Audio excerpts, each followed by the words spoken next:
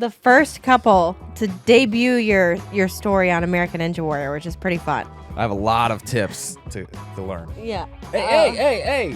Would you ever do it, babe? I'm currently 7 months pregnant, so my current answer would be no. What's up, everybody? Welcome back to Couple Things. With Sean and Andrew. A podcast all about couples. And the things they go through. Today we have a treat. The first ever couple to compete in the finals together. Caleb and Ashley Bergstrom, a.k.a. the Ninja Family. Yes. We don't talk about this nearly as much as we should. I've been on American Ninja Warrior now 3 times. I've been humbled 3 times. You've won. I've won 0 times. You're like. You won my heart. Yeah, thank you. Good. Yeah. But today we sit down with 2 people who are extremely talented at this sport, Caleb and Ashley. And Caleb has been just dominating this season. If you haven't watched, you can look them up on YouTube. Also, it's on NBC. They just have Ninja on all the time, it seems like, and I love it. And I also love that their entire love story revolves around Ninja. They met in Ninja, trained in Ninja, competed in Ninja, and now are expecting a baby. That's right. Just so exciting. We are really excited to bring you this interview with Caleb and Ashley.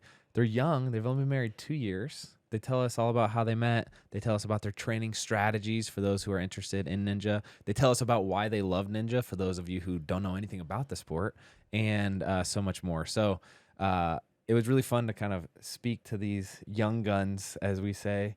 I feel like a lot of the people we talked to have been married like 15 years now at this point, and so it was almost like a reflective process for me. I will say, if you have never watched American Ninja Warrior on NBC, you should go watch now. All of the archived footage, all of the footage from this season.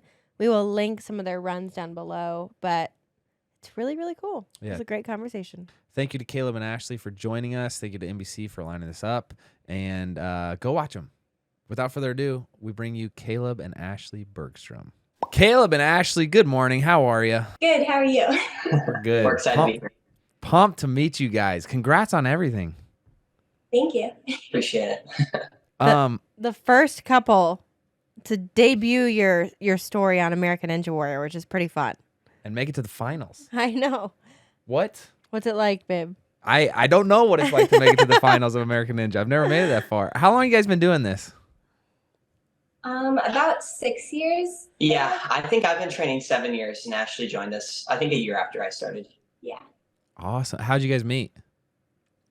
So I did gymnastics, and I was up in like the area where he lived at a rock climbing gym with some friends because we just wanted to go climbing, and that was the closest gym to where we lived. And his dad saw me there, and he was like, "You look really strong. Like, you should try Ninja." And I was like, "Oh, I love the show, but I'd never like thought about trying it before." And so he invited me to a competition like the next weekend where Caleb was competing. So we met there, and I started training in their backyard with them after I would do gymnastics practice, and then, the rest is history. Wait, did you competed in the next weekend event? Yeah, it was just like a small local competition though. It wasn't like the show or anything. Dang. If you don't mind me asking, how old are you guys? I'm 23. He's 24. Yeah. And are you still doing gymnastics? No, I stopped when I was 18 to do Ninja instead. So you guys met back when you were 17. Okay. Young. Yeah, she was driving like an hour and a half to get to gymnastics, and then my house was an extra half hour farther, so she drove a lot just to come and train and do what she needed to do. Yeah. And then how long did you guys train before you got into the American Ninja Warrior world? I think it was about 2 years of Ninja training for me. Yeah, so 2 or 3 years for me as well before we actually got on the show. Yeah. How did you get into it, Caleb? So a funny story is my grandma actually was bedridden, and so she stayed with us, and we would time our, like, taking care of her, like we'd feed her and stuff like that, and we'd time that with watching the shows that she liked to watch. And one of those was American Ninja Warrior. So my mom was like, you guys should just make a course in the backyard and see what happens. So we built some obstacles, we built a salmon ladder and such, and we started practicing on it, and we would invite people over, and then we'd do pancakes and Ninja on Saturday morning, and we would get like 50 people coming out to come train and like we had like a ton of different things. We do sled pulls through the street and stuff like that, and we just had a great time. Man, I was so pleasantly surprised. I'm not gonna lie, I didn't watch the show too much. Like I wasn't like a diehard when I applied to be on it the first time. And the community in the ninja world is so awesome. There's like the side of people who don't compete but love it, and then like and they're diehard supporters. But then the people who actually do compete, like the support and the excitement and the energy and like the buy-in. It's such an interesting group. I'm the football background, it's a bunch of kind of like meatheads. And then you go into the ninja world and it's all these people from way different backgrounds that all kind of ended up doing ninja. And I didn't really understand, like, wow, people train for this and specifically for ninja. And then you start to do it and it's so much fun. It never gets old. There's always like a puzzle to figure out almost. And I learned so many physical skills doing ninja that I'd never even, I mean, I don't have a gymnastics background and I would you ever do it, babe? I'm currently 7 months pregnant, so my current answer would be no. I would take you 7 months pregnant better at ninja than me right now. Anyway, you guys are also expecting, right? Yeah. Oh Yeah. my gosh. Congratulations. Now, so pretty early on. Oh, so exciting. You have the Yeah, morning we're very- sickness? Nope, I didn't have any morning sickness, didn't ever feel nauseous, so I got very lucky. Gosh. Within your guys' relationship and training regimen, I'm curious. I want to come back to baby because I'm living this life and I'm very excited.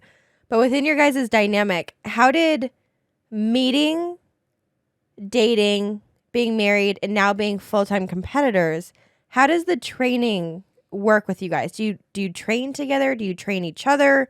Do you have different coaches? You want me to? I can answer that Yeah. probably. We were actually really cautious, like getting into dating, because at least I think both of us knew that if we dated and it didn't work out, it'd make training really tough. Especially since Ashley trains with my sister, and we kind of have a very tight training group together. It was going to be really difficult if things didn't work out. So whenever it came to dating, we spent a lot of time praying about it and deciding if it was going to be the right decision just to date each other in the first place.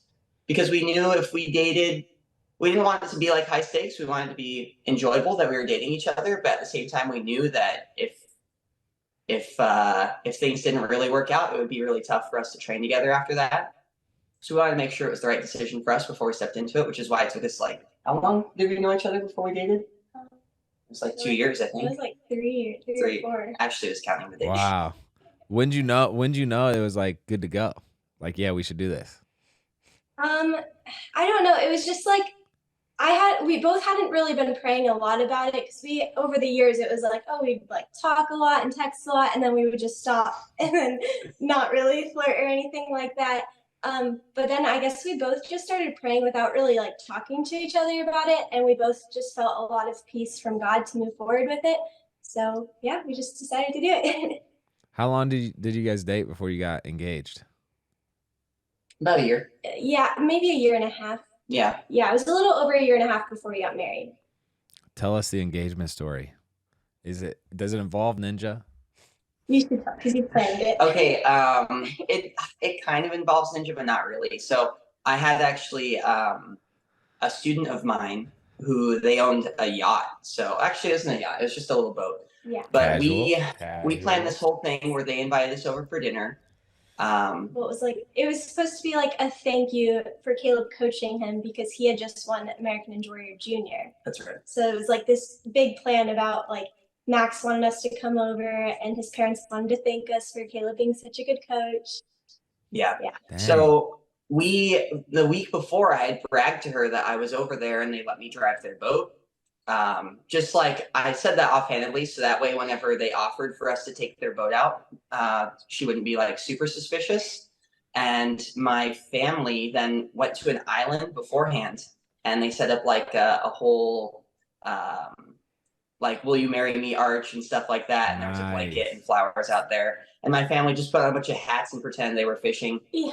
And we did not recognize them. So then we boated to this island and I proposed to her right there. It's pretty awesome. Yeah. Dang, that is pretty awesome. That's amazing. I love the family with the hats being fishermen. Yeah, disguised. Yeah. Oh man.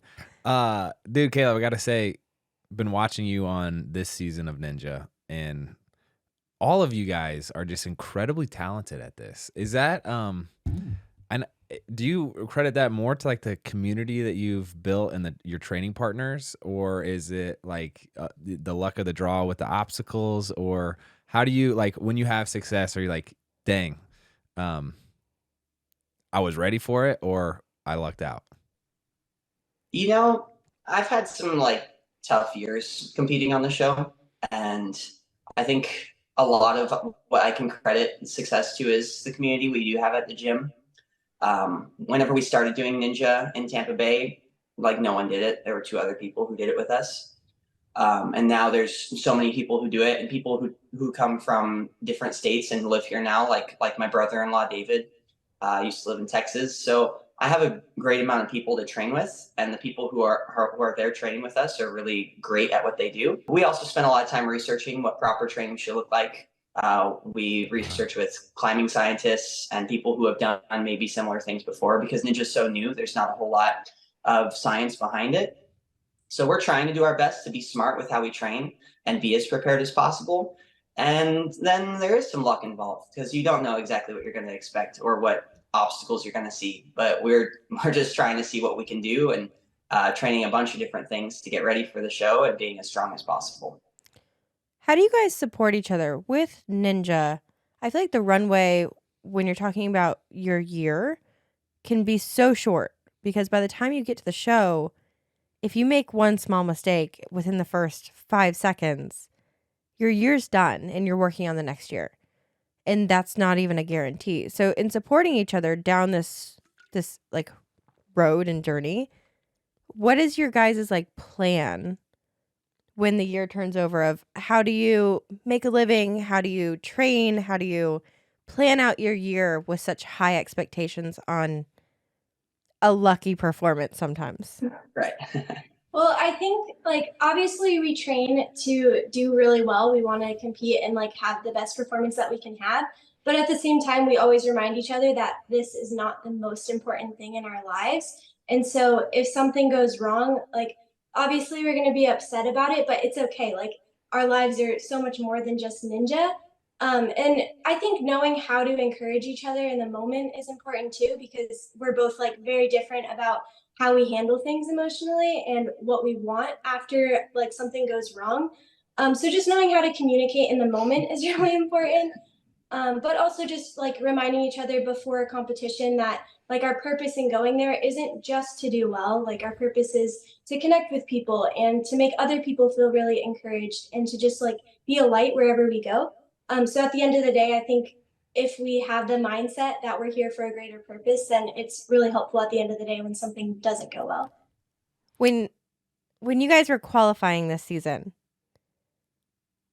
I would be I'm just so curious. Who went first? It was you. Yeah. Yeah, Ashley ran first both times whenever we competed. Does that like heighten your expectation and pressure on yourself, Caleb, to match her or do better? Or if she makes a mistake and she falls, or vice versa, is the weight of each other's pressure, does it affect you guys? Do you watch each other compete? I would say realistically, I never want to fall like before Ashley. You know what I mean? Yeah. I never want to fall on an obstacle that she cleared. At the same time, I don't think it's relevant whenever you run the course. Whenever you get on the stage, your brain is focused on what you're doing. I don't think it's in the back of my mind where Ashley made it to whenever I'm running the obstacles. I think it's more of a confidence boost seeing her on the course and be like, okay, like she got through that, and that. That means not easy, but that means that it's possible and we can go out there and get it done, type of thing. It's such a hard sport, dude. It's so hard. And the margin for error is so small, and you don't know what you're getting into until you walk up on that stage. And I, like in football, the range and deviation of expected outcomes, like maybe my body doesn't feel good that day, but still, like, I know I'll be able to run, just maybe not as fast. Or, like, maybe the competitor is super big and it affects how I play. But, like, with Ninja, the expected outcomes, it could be like feast or famine. Like, you could show up and crush it. You could show up and not do well at all. And it's like, it's so wide of potential outcomes. I found it really hard. And spoiler alert, I've done it 3 times. So much fun. I will continue to do it for as long as they invite me back. This year, my most recent time. Do you want to tell the story? Well, no, just the whole lead up to it. I'll summarize. Basically, this past year, his run was at midnight, and by the way, I'm not good, so this is no excuse. This is just like I know I'm already bad. This is just the background. He had the worst case of food poisoning I've ever seen, and he was literally when I got to set and I got to see him, he was laying on concrete in one of the tents, asleep, just like a zombie. And I was like, babe, you're up and like 2 people. And you had the worst food poisoning I've ever seen. The whole morning I was throwing up and like on the toilet, just wrecked for like 10 hours. And I was like, I don't know if I could do this. Spoiler. I popped some Advil. Didn't go well. Hey, eat. Don't spoil. Yeah. Shh. I'm proud of my performance. Kind of going off of that though, I apologize, babe. It doesn't compare. But within this season, you guys both did so well. So well. But I will say with Ashley, you had a couple of stumbles. Didn't make it quite as far as your husband. I can imagine the emotional impact that has on you because you want to be there side by side. You probably want to beat your husband. I want to beat my husband all the time. How do you deal with that? And Caleb, how do you support her in still progressing even further to represent you both in the finals? Well, competing in Vegas this year was like a little different because I had injured my ankle really bad a few weeks before competing. Oh. So even going into it, I didn't have very high expectations of how I was going to do. So I kind of just knew that I was just going to try to be there for Caleb like as best I could because I knew he had the potential to do very, very well this year on the show. And I never really try to stay in the moment if something goes wrong, especially when I'm in front of so many people. Like, I don't want to just mope in a corner while all my friends are still competing. So at any competition, if I don't do well, I try to give myself 5 to 10 minutes to just think about it and let it process through me. And then I just get back out there and start cheering for people again. I think another thing that's important is that we don't just have each other. And we rely on that a lot. So if Ashley's feeling really sad about her performance, or if I'm feeling sad about our performance, and we know the other person has to compete, like I know Ashley still has to go at a competition perhaps, I would go and talk to my brother, David, my brother-in-law, instead of her, because I would know, hey, I need to help Ashley stay focused right now. It's not really fair for me in this emotional time to just go to her and say, hey, I need you right now when you're getting ready to compete. And we've already kind of agreed on that before going into competition, that we have other people we'll go to with our emotion. And then after the whole event is done, we can come back together and kind of finalize everything. That way we're not feeling like we're responsible for the other person's good or bad performance, if that makes sense. Because I don't want to tell Ashley how I feel and how much I hate what just happened and then have her fall on the same thing because I just told her all of that. What are you guys' expectations when you're at that start line on the starting platform? Do you have expectations like I'm going to hit the buzzer, or is it something different? Yeah, I mean, I try to go into it with the mindset that I can clear every obstacle, and then I visualize myself clearing everything before I run. Some courses, it's harder to do that, especially when you see so many people going down on the same obstacle, then it freaks you out a little bit, and you're like, oh gosh, maybe I just have to get to that obstacle as fast as I can and then take it one obstacle at a time after that. But for the most part, you always want to go into it with the most confident mindset you can have and just tell yourself that you're capable of doing every obstacle. Yeah, I would say I have a pretty strict set of expectations for myself, but none of them are really based on how I'm going to do. Like I have a set warm up I do, I have a set hand eye coordination set I do, and then I have a set way of approaching the obstacles, and I always expect myself to do that the same. If I don't do the obstacle right after that, that's okay. So long as I approach the obstacle the same every time or approach the course the same, I feel like I'm setting myself up for success the best way I can. But I don't ever run a course expecting to clear. Even though I know I probably could, I don't say, "Oh, I'm going to clear this course." I love that. It's like it's a subtle difference, but it's controlling what you can control or controlling, the controllables is probably like a good way to, no matter the outcome, feel confident and proud of yourself. My expectations, I was always, I was always kind of expecting to hit the water. My goal was the 5th obstacle, just because I feel like in qualifying that's kind of the make or break point. But Ashley, I know you hit the water. That obstacle you dropped on was so hard. But tell us what goes through your mind, like as you're navigating that, and then when you hit the water, what that's like.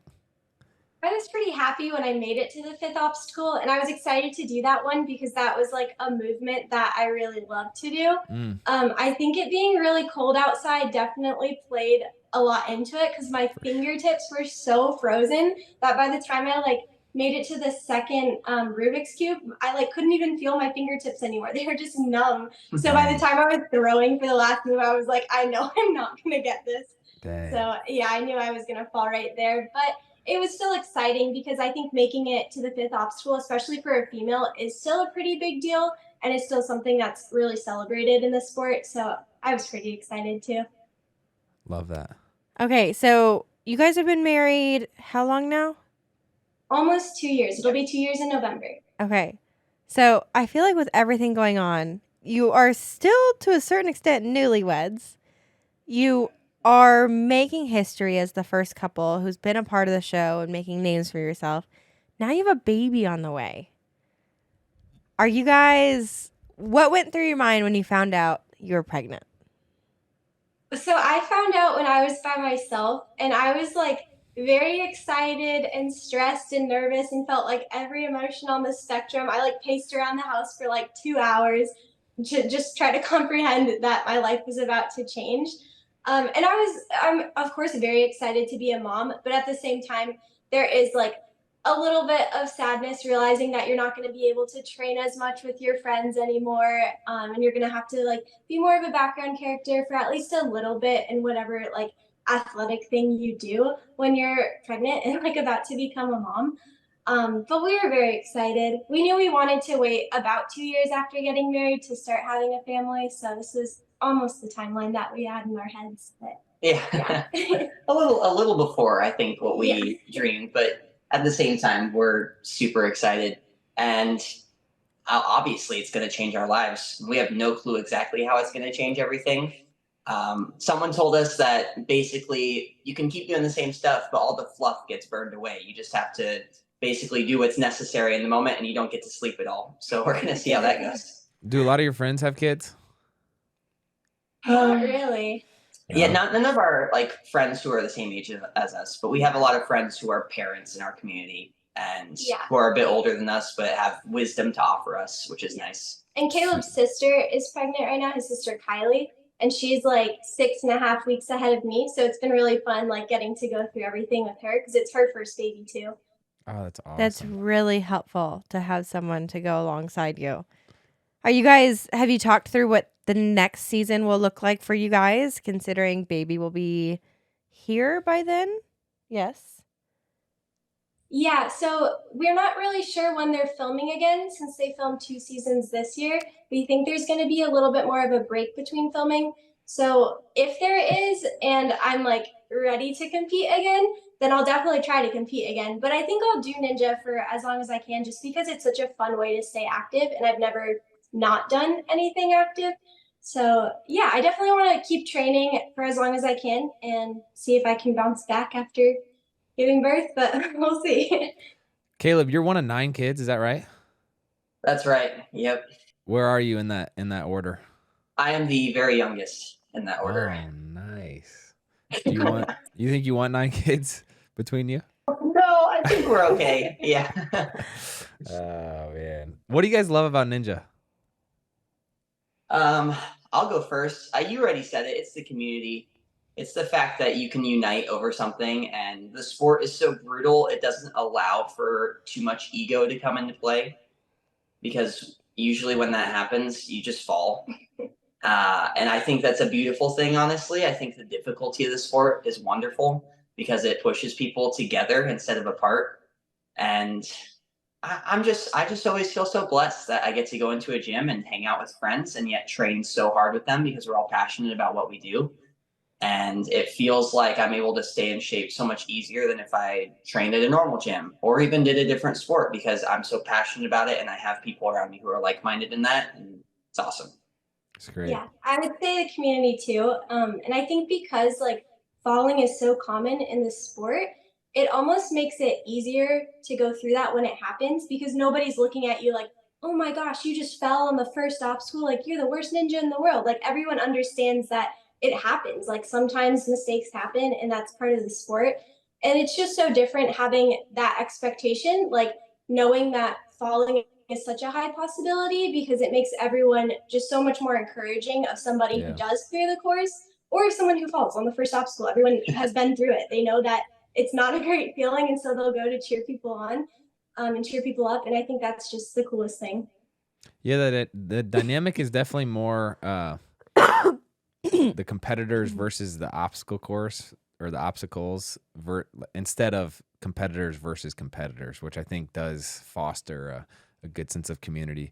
Caleb, you mentioned that you look into the climbing science and the best way to train. What have you found in your research there? What's the best way to train for ninja?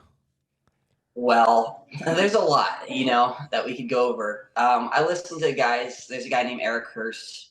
He's a climbing scientist. I also follow Camp 4, which is like a climbing guide.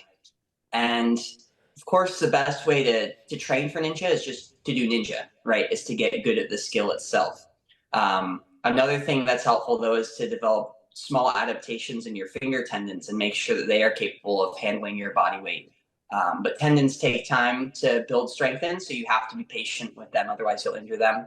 So, like, just to basically brush on it, you just want to make sure that you have a consistent regimen of building your upper body strength and supporting your weight, and making sure your shoulders can support that, so that whenever you go on the course, you can be fit enough to do the obstacles. And then the second thing I think is way more important than all of that is ninja is adaptation. You have to go onto a course that you have not practiced the thing you're doing. So you need to adapt as soon as you try it and be willing to throw away your game plan or alter your game plan while you're in the movement of what you're doing. And I think that's wonderful that an athlete has to adapt their movement while doing the movement itself. I think that's very unique. Yeah. Well, you said adaptations in your tendons? Yeah. So what I mean by that is like human beings just grow in general, right? You see kids grow up and it happens very slowly over time. Their tendons grow and you actually as a kid have a lot of pain whenever you're going through growing. At least for a lot of kids. I had growing pains a lot. And your fingers will do the same thing because your fingers don't have like muscle in them, but you support so much of your weight on your fingers whenever you do ninja or climbing. So you have to really, really slowly build strength in those areas because you can get your forearms strong fast and your crushing grip will get strong really fast. But your ability to hang and support yourself over time, it just takes so long to develop in a sport. Unless you're like really young and doing it, it'll develop a little bit faster. But as an adult, you have to allow yourself to be a little bit more patient with how you train. It's so funny. We were just with a bunch of Olympic male gymnasts who massive upper bodies, very small like lower bodies compared to what I'm used to in football. And like they would intentionally walk on their heels instead of their toes so that their calves wouldn't get strong. Like little things like this. Whereas my whole life it's like heavy squats, you're doing calf raises, you're doing sprints, and your lower body just gets blown up, which probably doesn't help that I'm 220 pounds and most of it's in my lower body. But I did find it like the training for ninja was difficult because you can hurt your tendon. Like if you try to do it too quickly, you can do damage to your fingertips. And so it's like it's a very fine, long process to grow that strength in that area, which I loved. But anyway. I'm curious as we close out, if anybody was interested in like starting from zero and going towards American Ninja Warrior, where would you advise them to start? And do you guys have any like advice for them? That depends on what zero is, I Yeah. would say. Whenever it comes to ninja training, I do believe that there is ability for anyone to try it, but you probably like if you are pretty out of shape, you probably won't be able to try any of the actual obstacles you've seen on American Ninja Warrior for a while. And I would say the best thing to do is practice going from obstacles to ground and from ground to obstacles. So what I mean by that is if you want to learn how to do a salmon ladder or a lache where you swing off of a bar, you should practice going from a bar to the ground instead of from a bar to a bar. And you should practice going from the ground and jumping up to bars and jumping up to things. Basically parkour, basically learning how to fall and move in a way that does not put direct impact joint to joint. Instead, you're using your whole body to direct the impact. That's the safest way to learn, in my opinion, because you're not going to go up and injure yourself doing a small shade of the ground, at least hopefully. Versus whenever I see people building up big swing as they're first learning and just throwing for wherever they can go, a lot of the time you'll see people fall on their back or even land on their arms in awkward ways and maybe sprain their wrist. So I would just say take it small, be willing to go from the ground and then back to the ground as quickly as possible because endurance grows pretty slowly. Dang, I wish y'all were my coaches. And you do coach. Tell us about your gym and what you guys do there. Yeah, so a lot of Caleb's family works at the gym. His parents own the gym. We have classes starting as young as like 2.5 years old, and I think our oldest is like 64 years old. Good old Kurt. But yeah, we both coach kids. I primarily coach 7 to 8-year-olds, and then we have a leveled program at our gym where kids can decide to excel a little faster and do harder obstacles at a faster pace. Yeah, and then I coach a traveling team because we have the National Ninja League and the Ninja Sport Network that are basically governing bodies in ninja right now. So we travel to compete and go to different world championships and such. Fun. So cool. Okay, you're 2 years into it, but we asked this question to everybody. In your 2 years of marriage, what is the best advice that you've either been given or would give based off your experience in marriage? That's a tough one. Probably something about like boundaries and communication. Probably. Hold on, we're thinking about it. Yeah, no, good. This is fun to look back on. I feel like there's a lot of things that like we were told to do and even taught to believe that maybe not all of those things were like 100% how we ended up interpreting it whenever we came into that situation. I don't know if there's any like one statement that would be something that we're like, oh yeah, that's something we live by. But I definitely think like learning how to communicate has been such a huge part about our marriage because for me personally, like I don't like talking about anything that makes me upset or angry. So if I'm upset about something, then it's really hard for me to bring it up. And then I'm just like silently fuming and not saying anything. So I think Caleb learning how to get things out of me and me learning how to just like say when I'm upset about something and just work through it has been something that's been really important for us. Yeah, I think the biggest advice that I ever was given that rung with me was stop expecting your partner to do things for you and instead start believing that they can. And then whenever you believe that they can do things in your relationship, for example, if you come home expecting them to have washed the dishes, for example, or expecting a chore to have been done and it's not done, your expectation is what's actually going to weigh on them versus if you just believe that they're capable of doing something, then you guys can actually maybe not believe they're capable, but you have this hope that you guys can grow together instead of this expectation that they're going to grow and become better whether or not you do.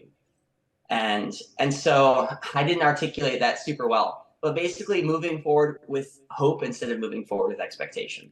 I dig it. I thought you said it very well. Okay. Man, it was great to meet you guys. I'm excited for all that you have going on and can't wait to see you continue crushing American Ninja Warrior. We'll have to come down and train with you at some point. I have a lot of tips to learn. Yeah. Hey. Yes. Yes. But anyway, good to meet you, Caleb, Ashley. For those listening that want to learn more and watch some of their runs on American Ninja Warrior, we'll link that stuff in the description. But good to meet you. We'll be in touch. Yeah, thank you guys so Thank you, much for guys. having us. Of course.